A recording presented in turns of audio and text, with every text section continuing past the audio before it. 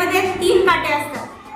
छोटा काटा असतो तास काटा, मोठा काटा असतो मिनिट काटा आणि अजून एक काटा असतो त्याला म्हणतात सेकंड काटा. हा सेकंड काटा खूप फास्ट पळत असतो, पटापट पटापट पळत असतो, त्याची गती जास्त असते. मिनिट काटा त्याच्यापेक्षा स्लो असतो, हळू चालतो आणि तास काटा तर सर्वात कमी वेगाने धावत असतो. तर हा आहे तास काटा, मिनिट काटा आणि सेकंड काटा. आता तुम्हाला मागच्या वेळेस मी किती वाजून किती मिनिटं हे झाले हे शिकवलं, बरोबर आहे. या पूर्ण घड्याळीत किती मिनिटं असतात रे? मिनिट 60 मिनिटं असतात. किती मिनिट असतात? 60 मिनिट. 60 मिनिटाचा 1 तास होतो, बरोबर आहे. 60 मिनिटाचा काय होतो? 1 तास होतो.